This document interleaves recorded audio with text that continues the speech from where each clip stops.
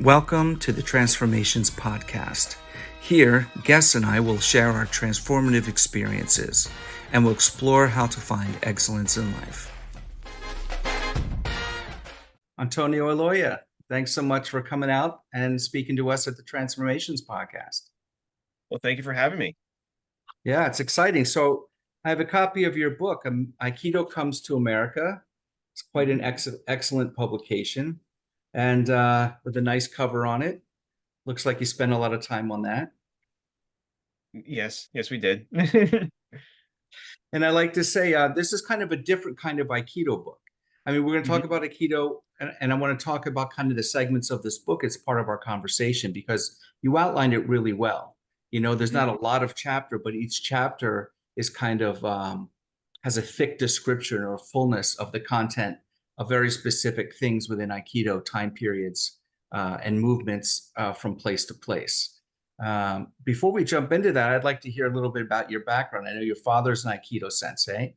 And when did Aikido just kind of come up in your family while you were growing up, or how did you get involved in Aikido?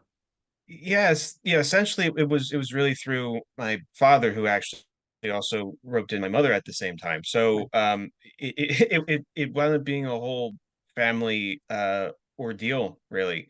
So from like the earliest memories, it would there was always a mat on the somewhere in my life, you know what I mean? So here's a mat. All right, cool. So it just started from the earliest bits, and it hasn't really stopped since then. Um, you know,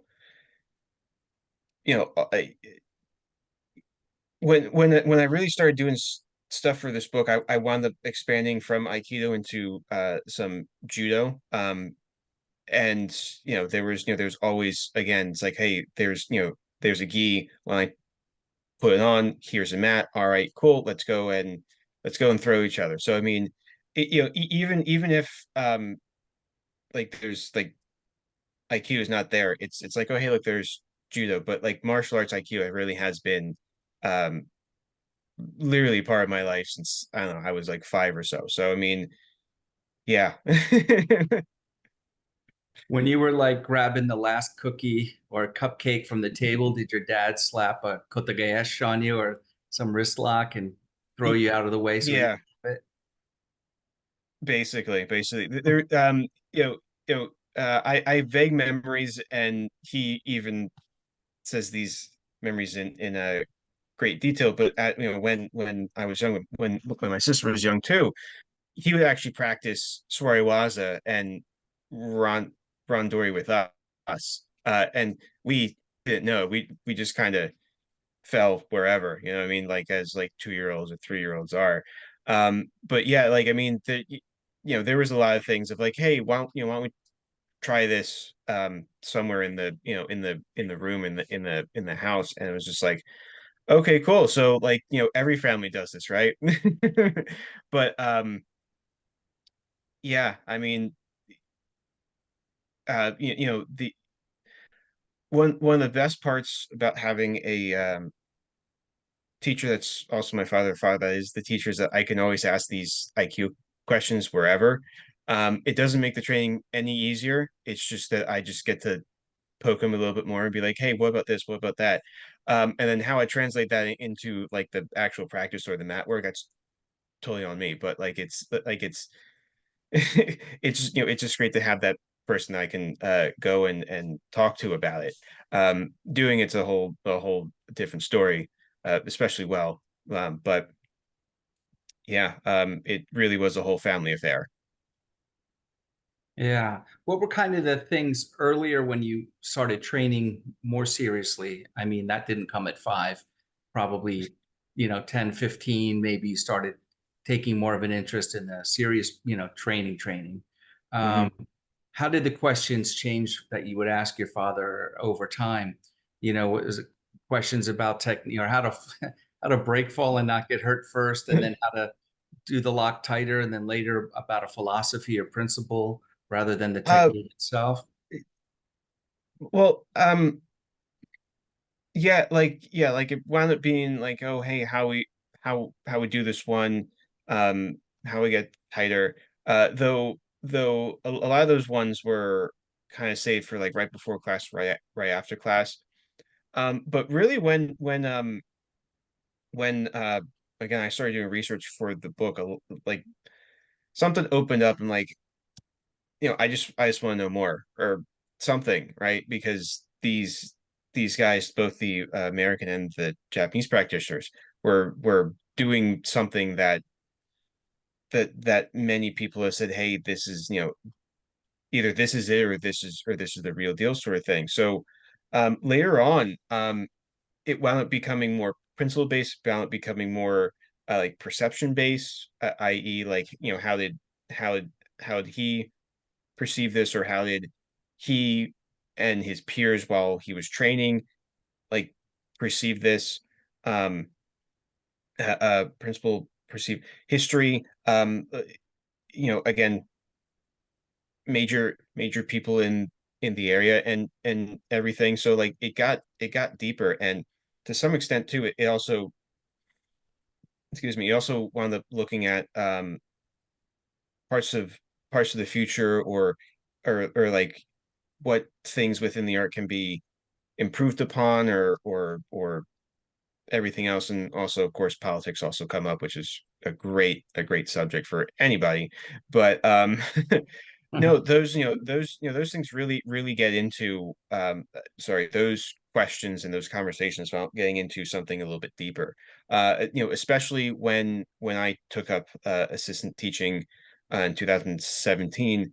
um there's a lot of stuff on, well, how we teach this, how we teach it better, how can we do this way, how can we do it that way.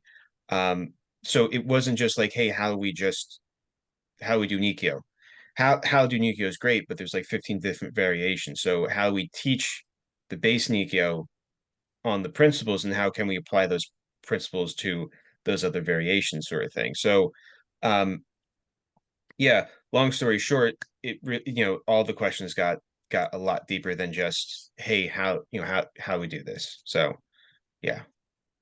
Excellent. Excellent. Let's jump into something before we go further in terms of a definition for Aikido. I know Hmm. that you have that in the book before the introduction. You kind of like, here's the outline of what Aikido is, and this is what the subject matter we're talking about. Because I think people either have the idea of, if they've seen the old footage of Ueshiba, little old guy on the mat throwing people around, or on the other Hmm. side of it, Steven Seagal in the 90s breaking necks and arms in the movies, or a spiritual practice, where people blend in and move around in randori, but no one seems to get hurt, in those kind of flowing practices. So how would we define Aikido? Well, I laugh, not your question, but at just the research that I've done. A lot of this stuff has come up in my research since my book.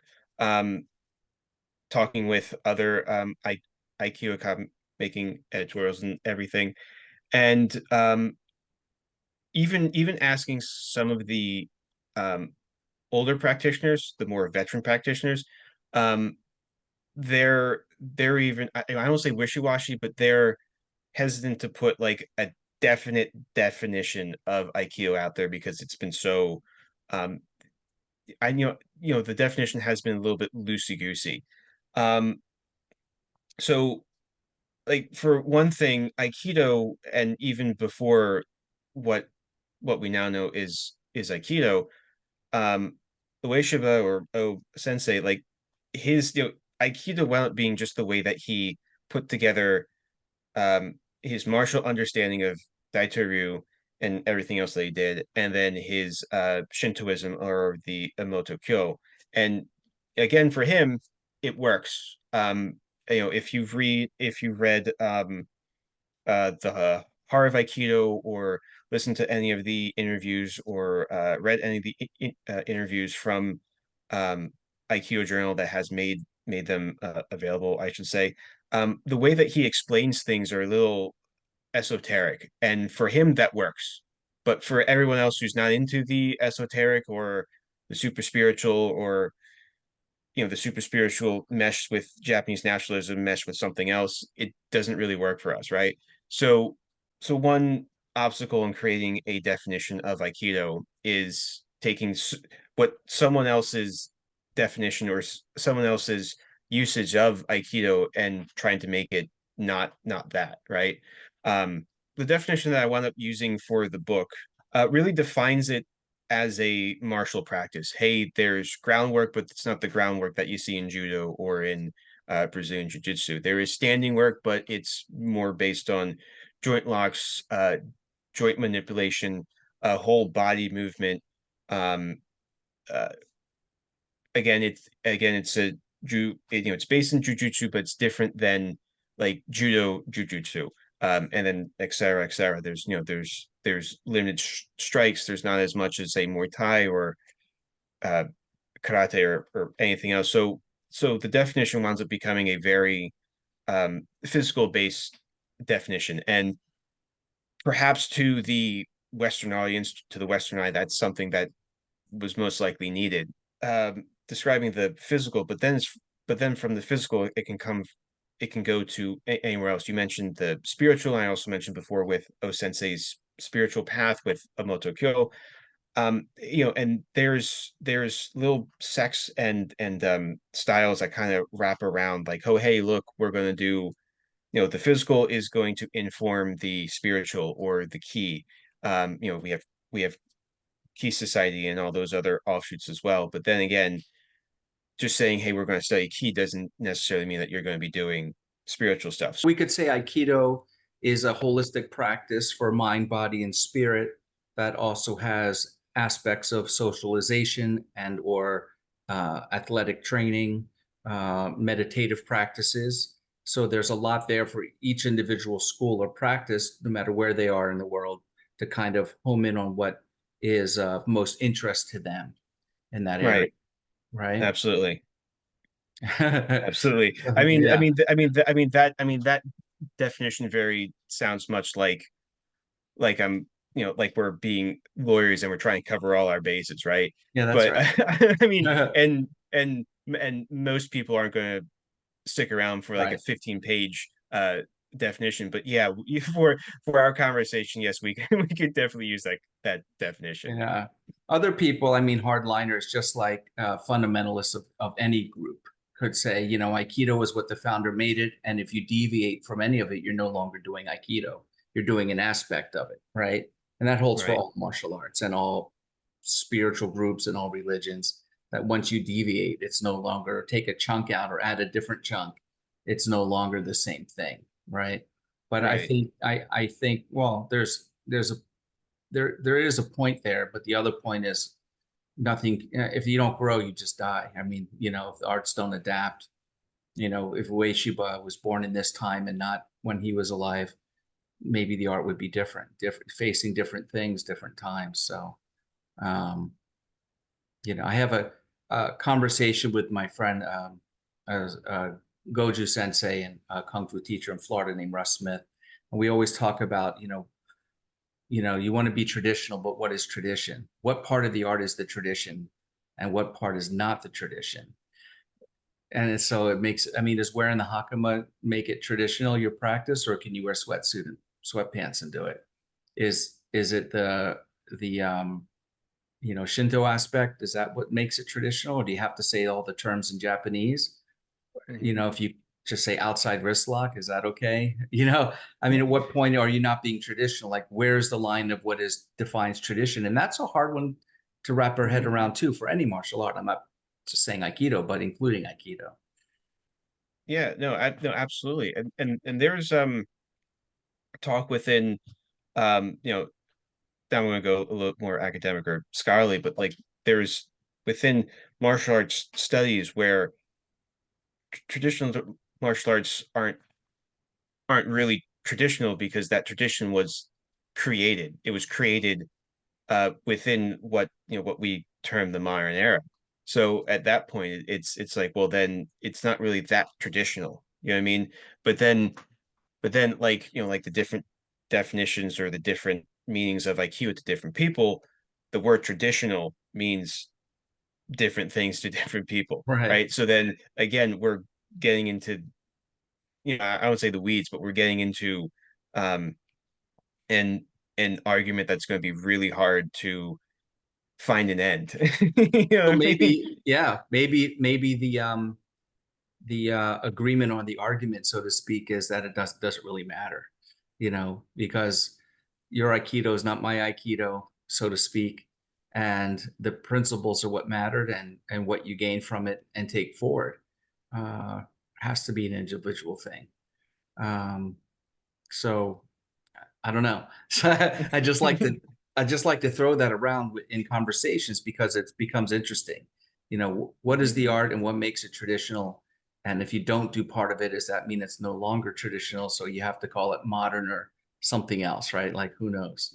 Uh, Right. I mean, I actually to that point, like if you take again Japanese swordsmanship, um, uh, there's many different branches of like the main branch. The one I'm thinking off the top of my head is the Yagyu, which I think is one of the more um famous or the more mhm, predominant ones. But they have um shoot, they had like two major offshoots that I'm thinking of right now. I could be wrong, but just for this conversation, there's two offshoots. There's one from Owari and one in Edo. And but even though that they were from the same line, mhm. they wound up doing almost two different things of what they again, like if they had a thing called Kurogaish, Edo would be doing it differently than they did in Owari. So Right. which one's right, which one's wrong, right? But they both come from that same Same Jaguar source. line. Yeah. Mhm. So it's again, it gets confusing. I love it. Yeah, yeah. I've Yeah. So tell me a little bit about O Sensei Ueshiba, Morihei Ueshiba, and how, you know, he ended up creating Aikido out of uh, Aikijitsu, I guess. Mhm. Uh, and why did he change it? Is it because he became more spiritual in his pursuits of Shintoism?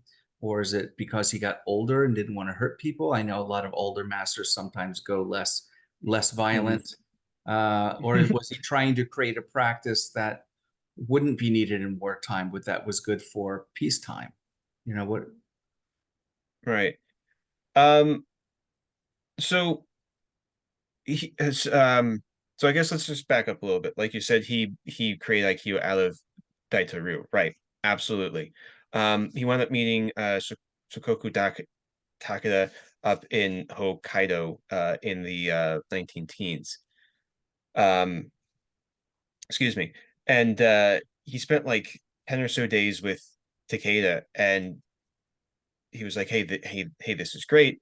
And then he gets a call from his family that his father's dying. He goes back to his hometown, but he stops off at Tanabe where he um uh meets De Onosaburo Deguchi, who ends up being the leader of the Onoto Kyo. And O Sensei just really took to him. So O Sensei winds up having two major influences throughout his adult life. It's uh, Takeda with the Daito Ryu, and you have Deguchi with the Onoto Kyo, the Shintoism. Um, so for the longest time, O Sensei taught Daito Ryu. He just kind of called it different names. Honestly, IQ Journal has some of the best records right there. To go through everything, all the different names. Brandon was very very adamant about that. But like one of the last names that he called his own art was Ueshibaru Aiki Jutsu. Um, so there was that aspect to it, but then on the other side, like I said, there was a lot of spiritual influence from De Gucci. Um,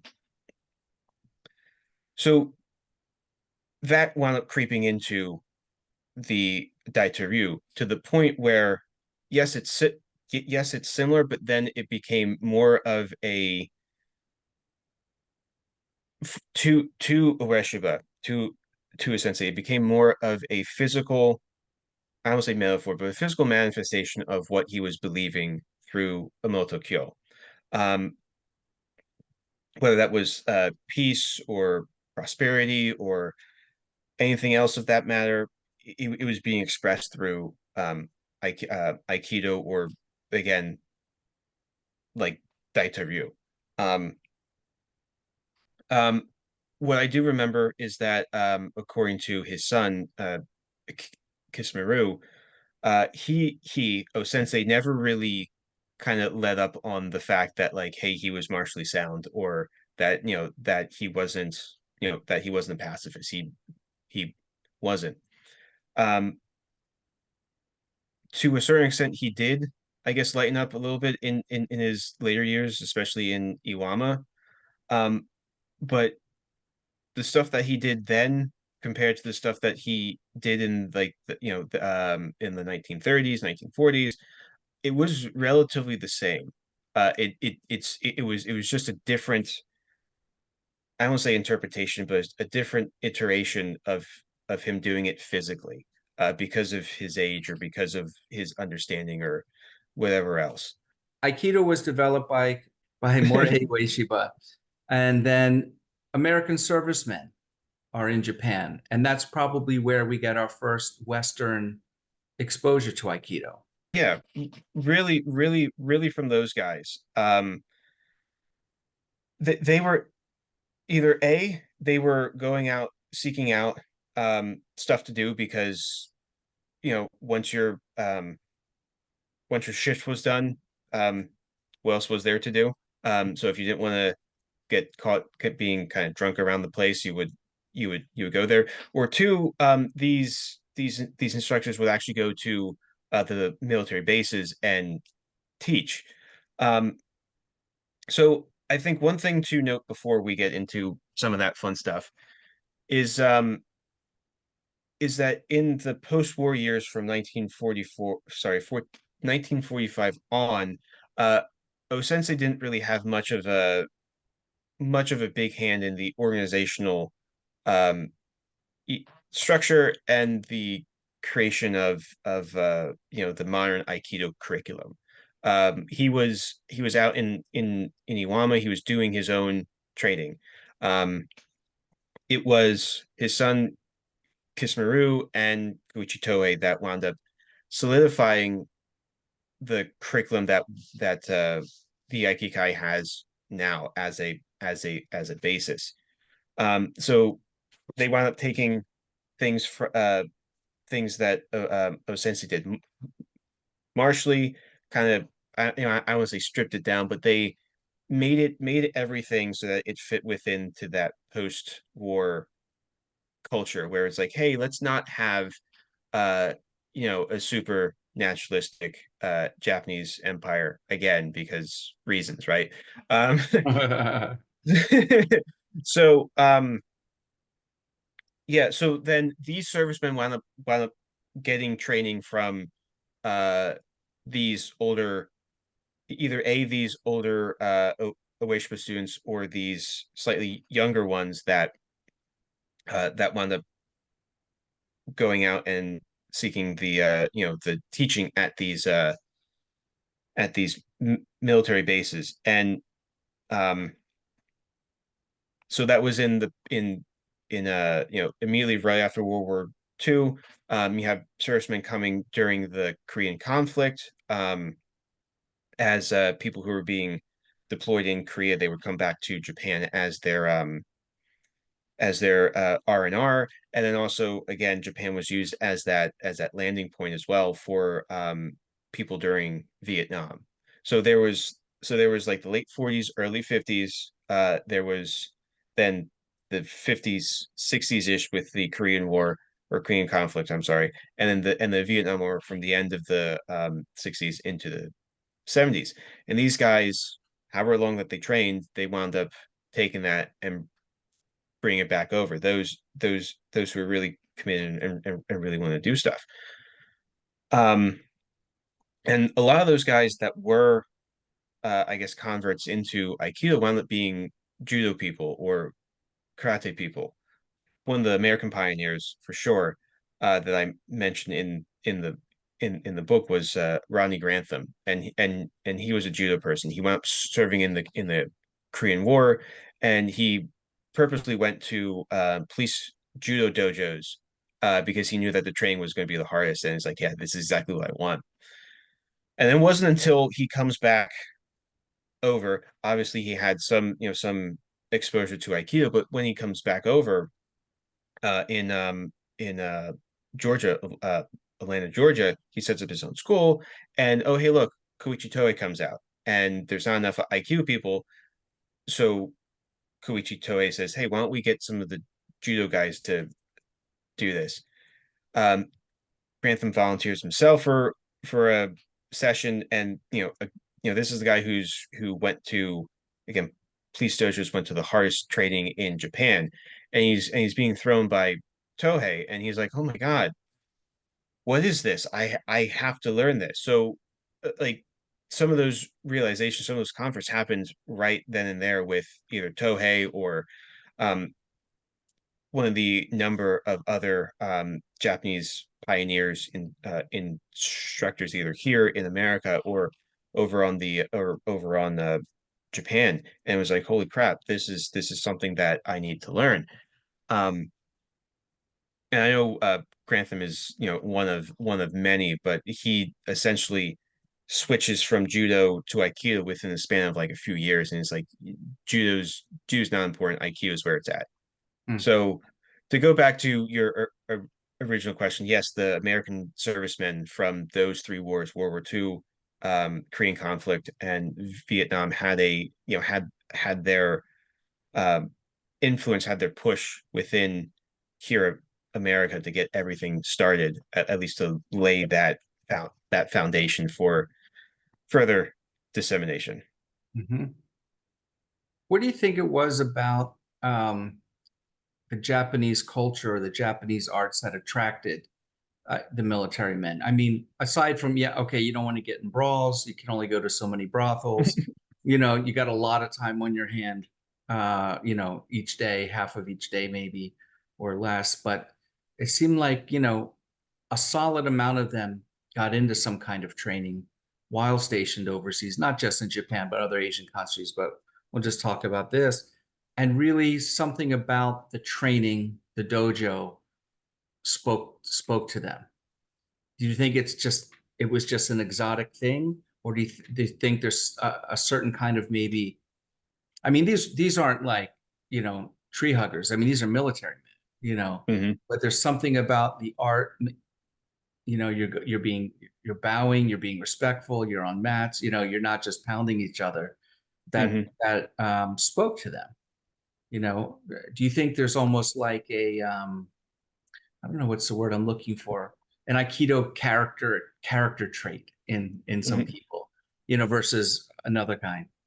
Yeah, right. Well, I think one, there is, and excuse me, there was and there still is a certain mystique about Japan.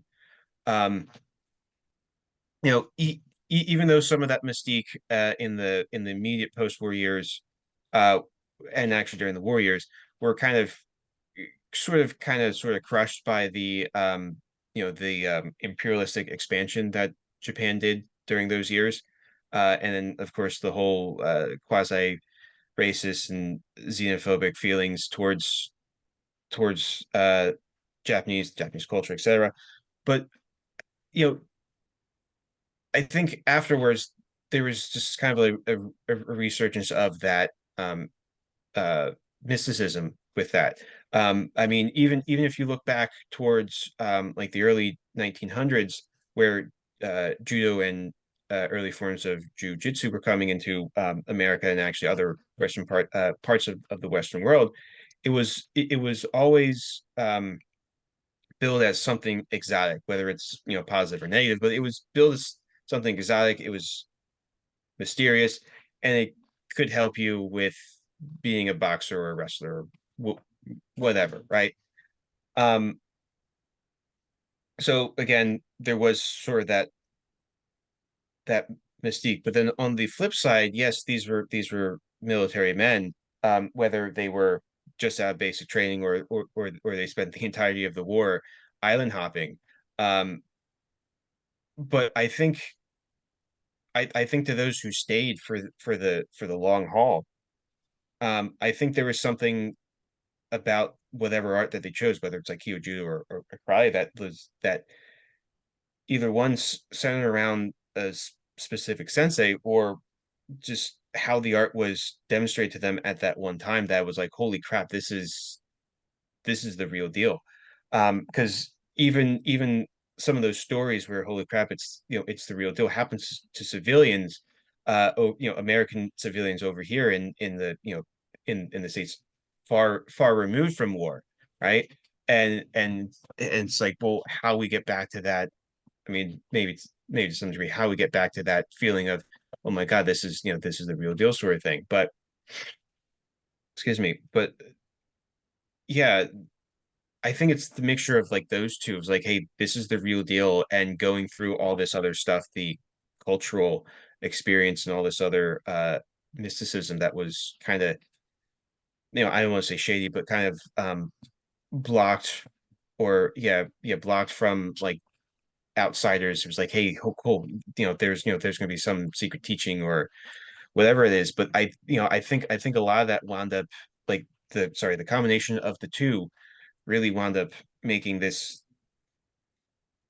concoction that just really worked for not only the servicemen, but for later Americans, that when the Japanese pioneers with Aikido, judo, and karate, and everyone else, there was like, holy crap, this is authentic, this is mystic, but then also this is the real deal. Something's happening here. So that combination really, I think, solidified uh martial arts not only in the servicemen's minds, but also in later American civilians' minds, when these wars were over. Hmm. It's almost like there's something in the way that the art itself is transmitted from teacher to student that creates an understanding that there's something more here than just an activity like ping pong or baseball or soccer, that it's actually something that adults can commit to as a life study, and to understand their own knowledge of themselves through the practice of the art. And you don't see that in sports. Adults Mhm. might have a pickup basketball game on Sunday or something, but they're not 3 nights a week going to the gym and lining up and practicing drills and going through routines like they do with martial arts, with traditional martial arts, whatever traditional means.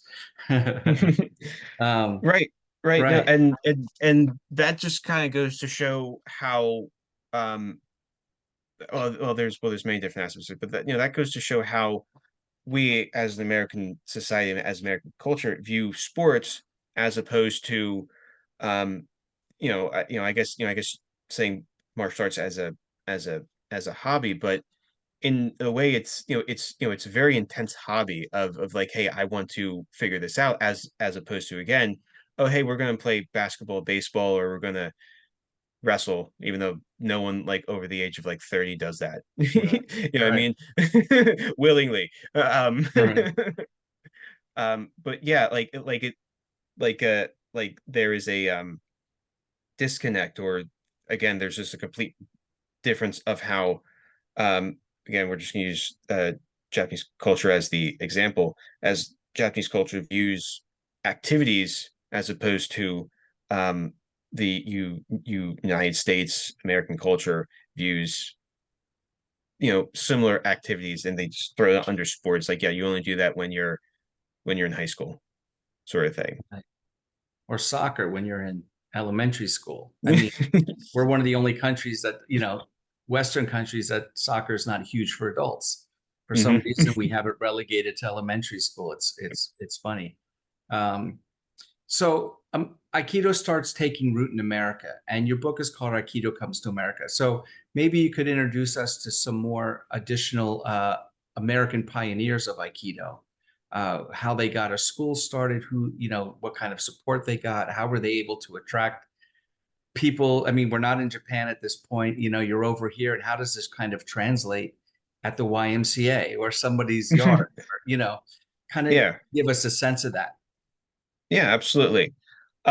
So I just want to have a brief caveat disclaimer is that there's a plethora of American pioneers, and honestly, we would need like 3 hours just to list all of them that like are for sure pioneers. But Hawaii wound up being that center point between the East and the West. So there wound up being a lot of different martial arts that got its start there, For whether sure. it's karate, judo, aikido, Muay Thai, kendo, etc. So there's one person that I talk about in the book specifically. His name's Sam Combs, and he winds up getting his start there because he was a police officer, and he winds up finding um, finding this Yoshinkana Aikido person, no Gucci, Yukio no Gucci, no Gucci, sorry. So he winds up training there with him until he gets transferred over to the mainland in California. He actually winds up getting into the YMCA through community connections, but he winds up starting teaching in his living room. He mentioned when I spoke to him, there was a lot of small classes, one person, three people, four people, whether it was in his uh, you know living room, which was actually wound up moving into his garage, and then wound up moving into the YMCA. There he wound up getting a a bigger pool of people. Um, so that wound up being like around the 70s. I'm gonna pause right there for a moment because then in California we have Bill Witt, we have Frank Duran, and we have Robert Nadeau. All three of them trained in Japan. Um, Bill Witt under Morihiro Saito, Frank Duran under Koichi Tohei, and some of the other Aikikai teachers there. And then you have Robert Nadeau, who wound up actually being Sensei's Otomo for a little bit. So you have these three guys who set up shop in San Francisco. They wound up doing like an Aikikai Hanbu style dojo where it's three different teachers, three different perspectives, and everyone can train there. So also during that time, again, this was like again the 60s into the 70s, a lot of them were also feeling well, they were also having smaller classes, but the 60s and 70s come up as like the counterculture happens. It's 20 years after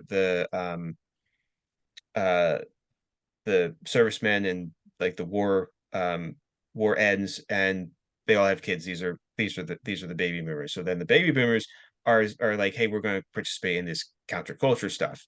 This is where the beat movement comes in, hence where actually the Beatles get their name. Um, the hippie movement, uh,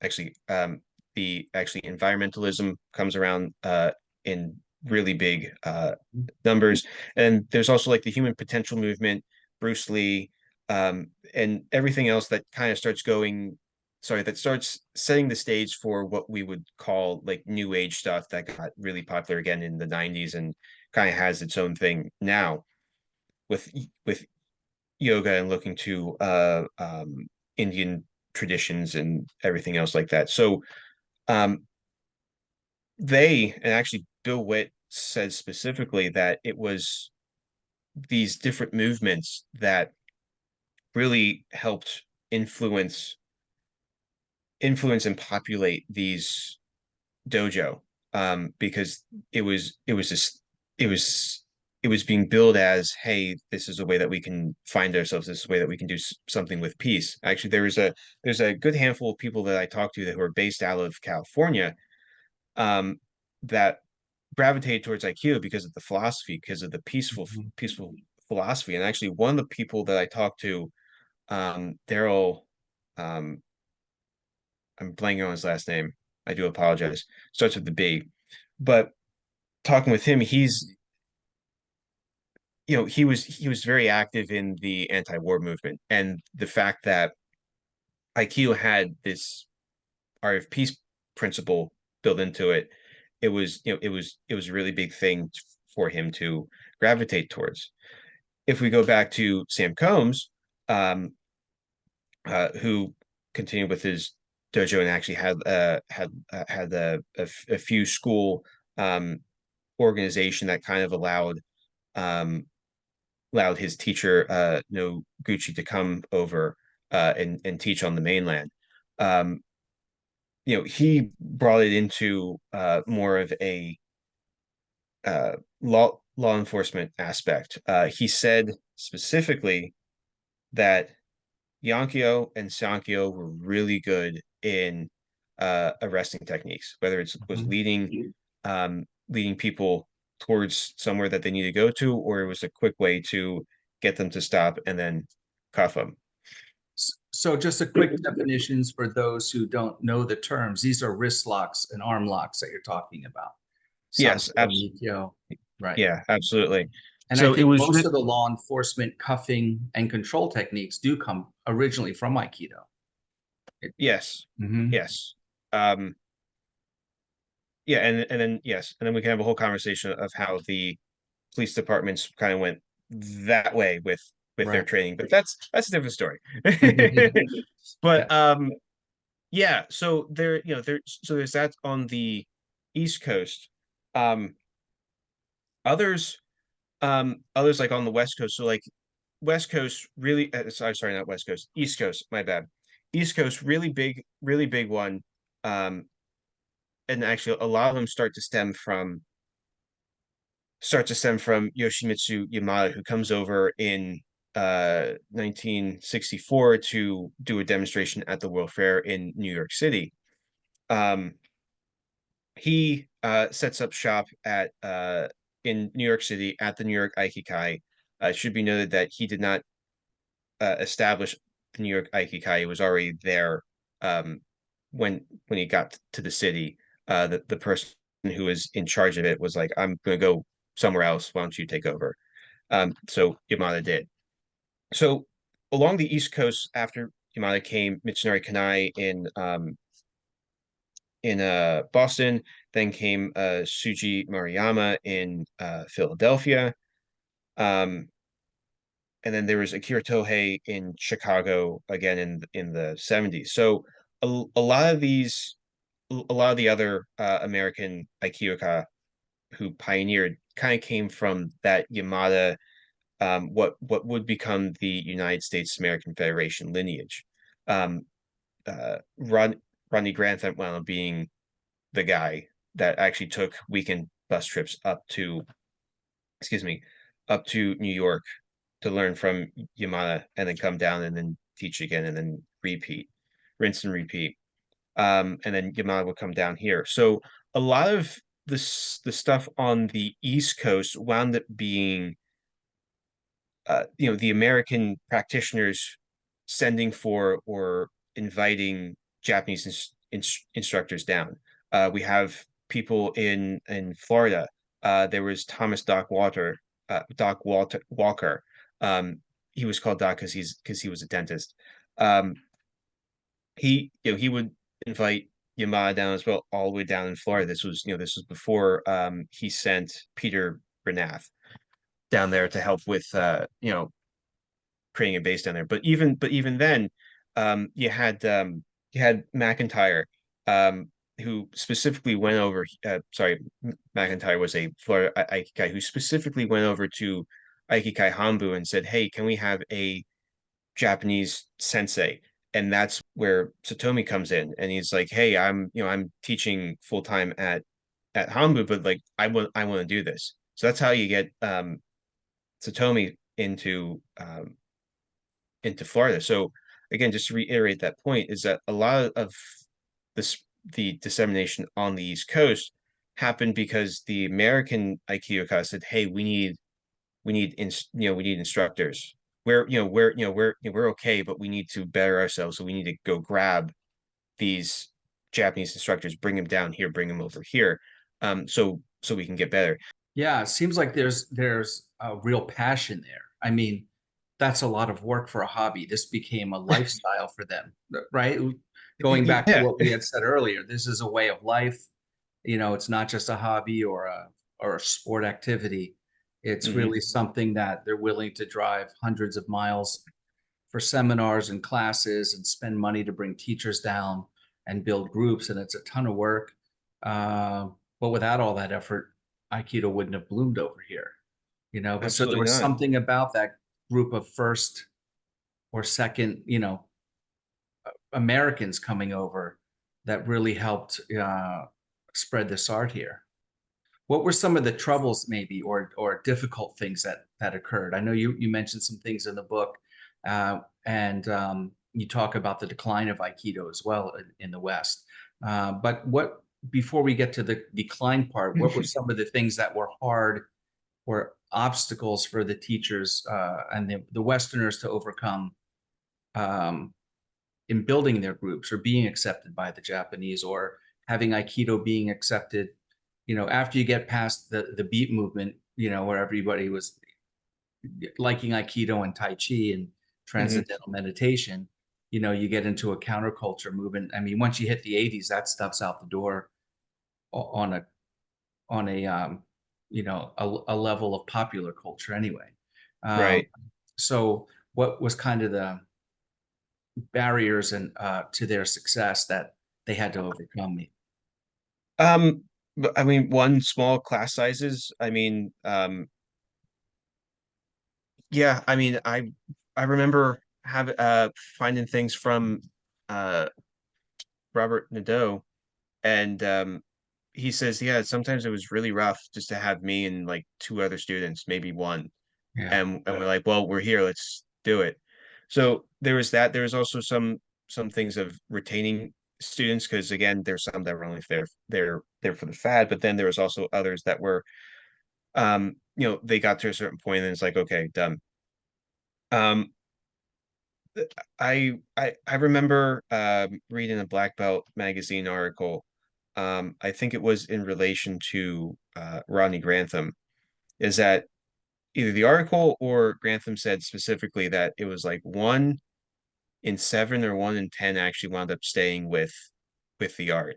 And I think in some ways, as it is now, some people just look at something that's way too hard and like, nope, not going to do it. So there, there's that. There wasn't a lot of talk about the fact that they were doing a Japanese martial art and, oh hey, look, 20 years, 20, 30 years ago we were just at war with Japan. I do remember actually talking with Christopher Curtis, who actually recently passed, of the Hawaiian Ki Federation, and he mentioned that his sensei, Suzuki Sensei, I'm blanking on his first name though, I'm sorry, but since he was Japanese, and even during the war, but like afterward, he served as a cop, and he would get spit on and everything from not only civilians and people that he's trying to protect and serve, but even through his own police department, that they were like, yeah, we don't want anything to do with him. But he wound up being like the best cop that the department had at the time, which is Right. which is kind of paradoxical. But again, just to reiterate my first point, that there wasn't a lot of that, oh hey, we're not going to take up Japanese culture or Japanese cultural practice because of you know 20, 30 years ago there was a war. When the 80s hit, that's kind of where like that whole ninja craze starts Right. coming into um America. That's also where uh we I mean I technically the 70s was with Chuck Norris, but then in the 80s we have Jean-Claude Van Damme. We have all these other action stars who say, hey, this is karate, hey, this is ninjutsu, this is this and the other thing, right? Mhm. That kind of start playing into teenage male fantasies of like, I'm the biggest, baddest, whatever, right? And it's just it's really bad dialogue, but like you just watch it for the action scenes, Yeah. right? So so that kind of gives martial arts, Aikido, karate, like kind of a new thing because it's just like, oh hey, look, they're doing it on the movie screen. We're just gonna go and do it. I mean, what's funny is that like I watched part of No Retreat, No No Surrender, one of surrender. yeah, Yeah. yeah. And like it says karate biggest crap on like the billboard, but then you go into the window, it says Tung Sudo, and then Right. inside the kids saying like, yeah, I'm doing Jeet Kune Do. It's like, what are you doing? Right. What are we doing here, right? So there's that aspect. There's also another part culturally. It's the introduction of anime, and Mhm. and it's different anime. It's drawn very different from present anime, obviously. But the thing there is that it was pushed into like Saturday Night TV or like children's programming because in the West we all think Cartoons are uh, for kids. cartoons are for kids, but then you go into like um Japan or Asia, it's like it's just a medium to talk about anything, right? Right. So some of that gets lost, but anime starts to come in, and even though some people don't probably know that it's Japanese, it's like, oh hey, this is different than what we usually do. So there is some finagle room into be like, hey, let's check out this Japanese cultural experience. Hey, let's be ninjas. Hey, let's be Jean-Claude Van Damme. Let's be Right. Chuck Norris. Those bad action movies, bad by our Yeah. standards, like kind of really just pushed all this other stuff of like feeling manly or just Right. this. So then it was like, hey, hey, American public, let's go into this and see what happens. Yeah. So what was it that happened? So Aikido starts booming. It gets bigger. There's schools in different places all over the country, not just, Hawaii, California, and a couple of states on the East Coast. What happens that starts to make it kind of fall apart or decline? What started tethering? I think it's a plethora of things. One, as much good as he did, there's also a lot of negative stuff. It's Steven Seagal. Hmm. Honestly, after 1988, and then his next movie was what, 89, 90. Like those movies, and as many Aikioka have said, um, he was very influential in bringing people in. What didn't help was one, the fact that he kind of thought he was the star of his own life with everything else. So that led to some things. But then also in a way that like, hey, I'm going to be more badass and I'm going to break your neck. But then like the ultimate thing about being a badass is that I'm going to shoot you with my gun, right? Right. So that's like moving further and further away from being Aikido. Though then you also have critics being saying something to the effect of, well, not really Aikido because Aikido is about peace, harmony, this, that, and the other thing. Right. Okay, however, however you want to do that, but like there's that icon that just kind of rose and then kind of dived really really quickly, Mhm. especially in like in the late 90s.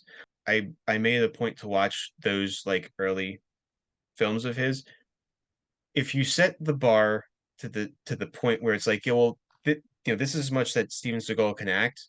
They're actually decent movies. Right. If you're looking for like the next, I don't know, set Seven Samurai or No. whatever else, no, Right. absolutely not. Right. But Well, action it's like films, action films are action films, right? Whether it's Schwarzenegger or Seagal or Van Damme. But, Above the Law was decent. It was exciting. Mhm. It was kind of made similar to Chuck Norris's Code of Silence, both shot in Chicago.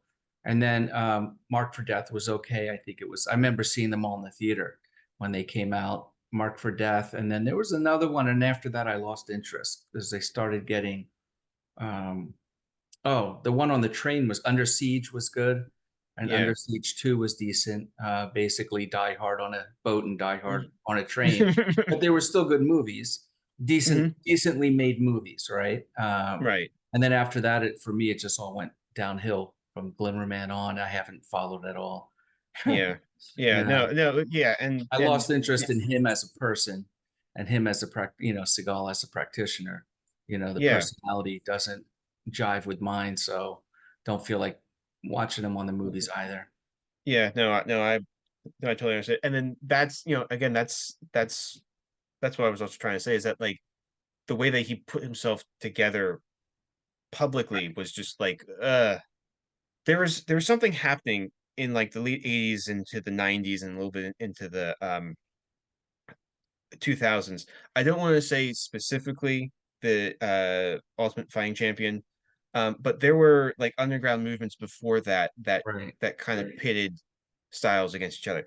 Style against style was just a big thing in general, no matter which part of history. But Right. here in America, there was a lot of underground stuff that wound up setting that that basis, that foundation for when UFC came out. Everyone was like, okay, I get it. But the fact that you had these underground things that were like, let's put style against style, and IQ people training one way but not training for the other thing, or another thing, weren't really doing as well. And then that only amplified when UFC came out, and everybody in like Black Belt magazine and all those other martial arts pu publications like, oh, BJJ does this, we're just going to do this and this, that, and the other thing.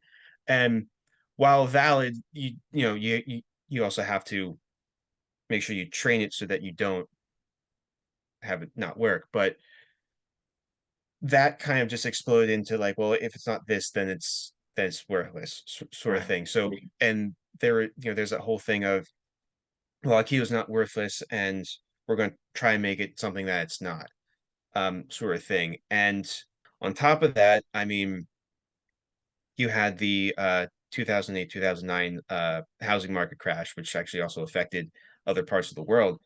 So there was that, and then actually like the subsequent sort of like small recessions after that that culminated into COVID. So, but like within martial arts context in general, I think the conversation shifted from, hey, hey, this is a cool thing to do, to like, hey, you want to make sure that this thing works, and God forbid something happens, sort of thing. So, any martial art can work if trained correctly and trained with the with the purpose.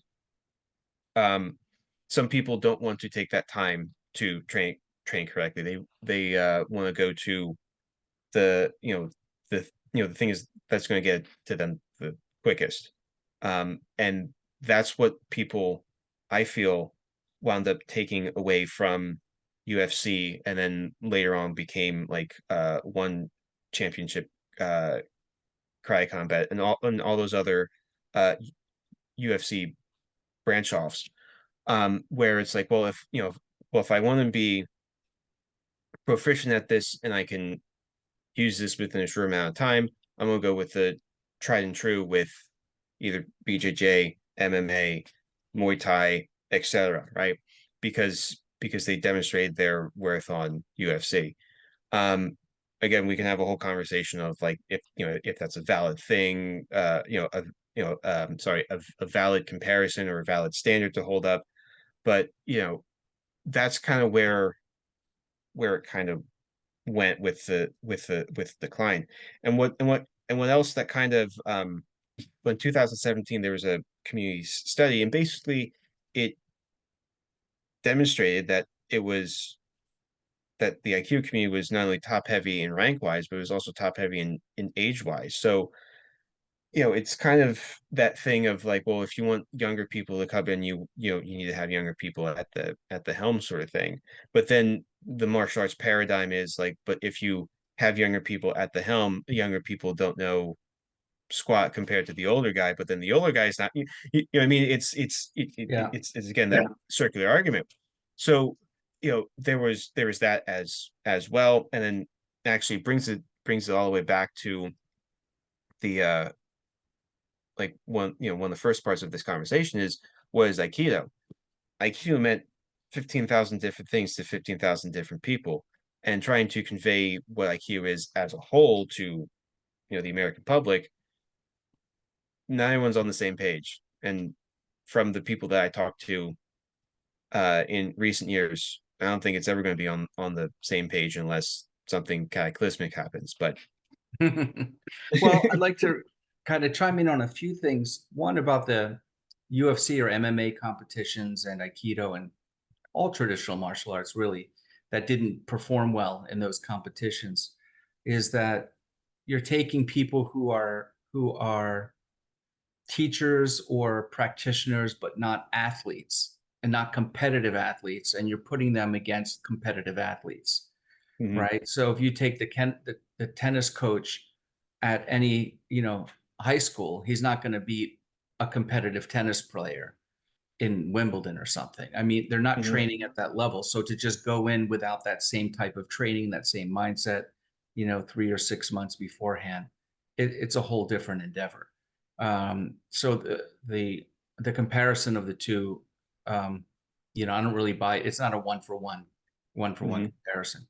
And the second thing is a lot of martial arts are done um, for self-understanding and growth as a human being and being part of a productive part of society, and you're learning self-defense skills while you're doing it. And self-defense isn't the same as a combat sport. You're not mhm, training to fight Mike Tyson, or and you're not training to fight who's ever the big in MMA these days. You're training to better yourself, and if you're attacked, to have skills at hand to defend yourself. So these arts mhm, aren't meant to be competitive combat sports.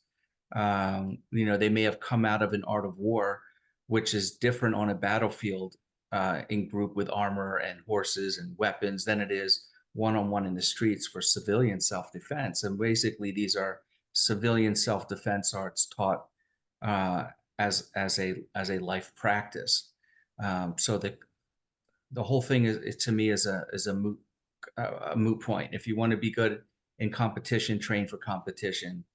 If you want to be good at MMA, you have to be in tip-top condition, be able to take blows hard, give blows, have strong wind, be able to go for a long time, and learn how to fight against the techniques that they're using. But I would say most people who are going to mug you or rob you aren't MMA practitioners, and if they are, whatever, if they have a gun, whatever. I mean, what are you going to do, right? So mhm, they're just different. They're just different things. Just like the police have different training than the military. You can't take a bunch of cops and put them on a battlefield and think it'll be the same. It's just a mhm. different. Yeah, And the yeah. school cop is different from the regular cop, and then the security guard at the department store is different from the other thing, and it's all the training is directed for different things, Mhm. different purposes and different situations. So So to your point, I think a historical trend is that, like, we can probably trace it back to then, maybe even the 1970s with Chuck Norris and the the kung fu film craze too as well. Where it just was like, yeah, you do martial arts, you can take on anybody, you can right, just do anything. So I think now it's trying to both break that and also replace it with something a little bit more nuanced. But right, again, if you talk to anybody in the public, they don't want anything nuanced. They just want it black or white. Make it right, make it easy, right? right. So what are some of the ways that Aikido has transformed you as a person from your childhood to now, that you could see changes in yourself, um, psychologically, mentally, physically, through the practice of Aikido specifically? um, well, for one, Worldview, I think um, Aikido is supposed to teach flexibility, not only in being Nage, or the thrower, or the one who throws the other guy, um, but also as in Uke, or the person receiving the throw, or the attacker.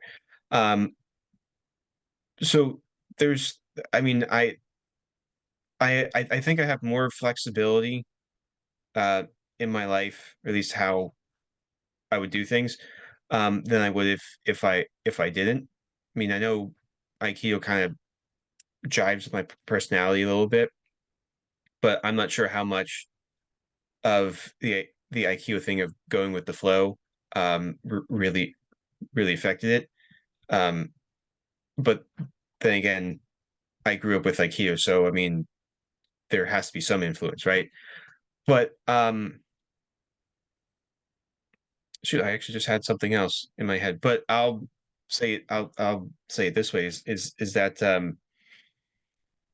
the way that we do technique, or the way that I've been taught technique, it's like 1 2 3 1 2 3 4, right? So you do part A before you do part B, right? So that has also helped me when putting together this book or anything else that I do, research wise or otherwise. It's like it's putting the first thing first. What's priority? And then we don't jump over to here. We're just going to move into it when we need to. We can set up for part B, part C, part D, but we're not skipping A to go to part B. Um, in a way. Um, IQ has also helped me, I guess, understand my body a little bit more. Actually, what's kind of funny is that like I do like quasi basic movements in just everyday life. I don't think anyone really notices, but like there's some chitin in here. There's some tenkan. There's some you know other fun footwork stuff. But it just makes it easier for me to do that. Again, like if something happens, like oh, I'll just turn instead of put my arms or whatever. Just like I mean, it also has given me better spatial awareness. I feel where it's like, oh, hey, look, there's something happening, and I'm like, I'm just gonna go over here. Um, Mhm.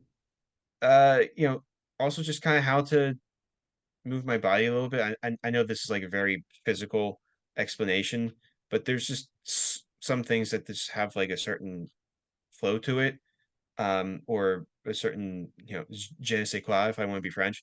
But actually, Aikido, again, if we're just going to keep it physical, Aikido helped me with judo, in the way of how I compartmentalized the techniques of like ABC sort of thing. ABC never really worked like the first year, but that's a big learning curve.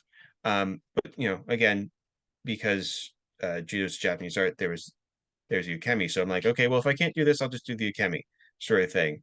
And then like 3 years ago, I took up fencing, and there was a lot of sorry, I should say Olympic fencing, but there was a lot of uh, overlap with what you do in fencing to what you do in in Aikido. Again, there's some differences, and actually, I write about those similarities and differences on martial arts of yesterday, today, and tomorrow, which is my online chronicle, where most of my research goes.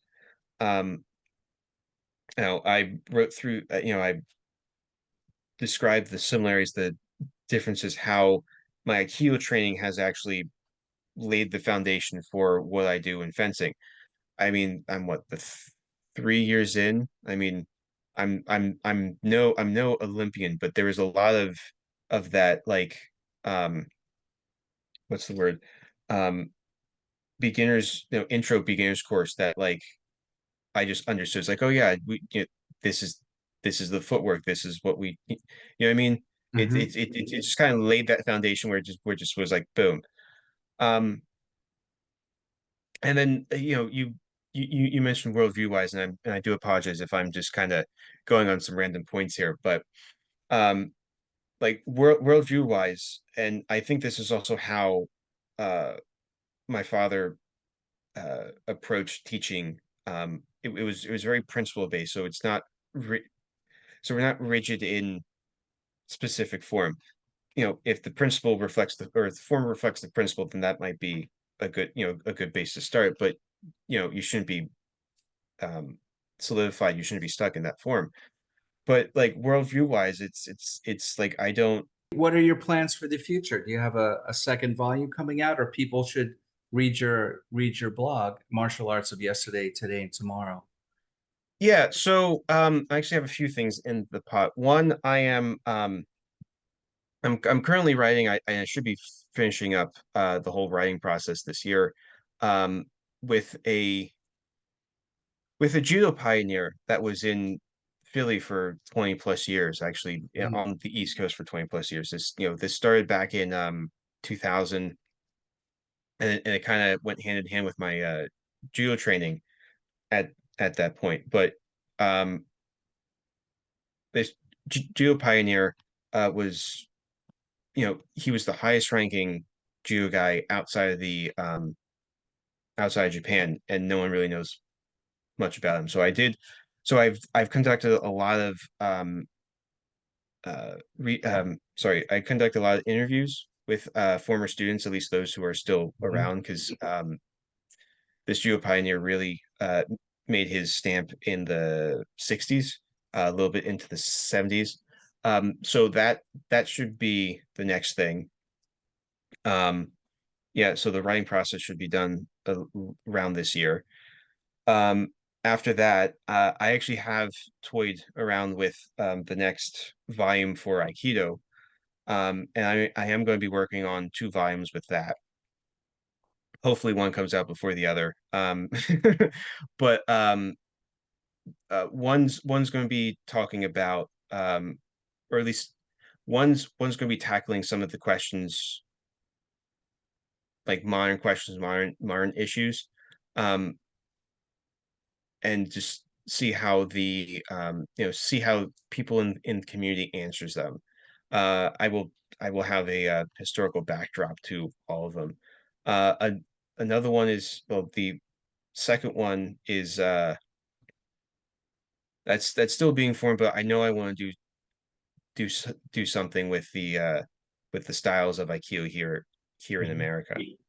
And then, lastly, I'm still trying going strong with martial arts yesterday, today, and tomorrow. Next month in June is my self-proclaimed Aiki month, so it's going to be a lot of Aikido, Daitaryu, and other sort of Aiki based arts, or uh, editorials, philosophies, etc. There, and then I'm I am at the same time, excuse me, revamping Aiki Now, which is actually where I put all my Aikido, Daitaryu, Aiki based stuff, research, interviews, etc. there. So I'm trying to revamp that. That's going to be a summer project. And the current book that's out at Amazon.com is Aikido Comes to America, one of my favorite Aikido books. It's actually the third one I've edited in my book editing career. The first one was Roy Soinaka's Aikido Kyohan, and then Walter von Krenner's book on Aikido, and yours was the third. A pleasure to do it. And Antonio Aloia, thank you so much for coming on Transformations podcast and sharing all this great information with us. Absolutely. Thank you for having me. It was a joyous experience.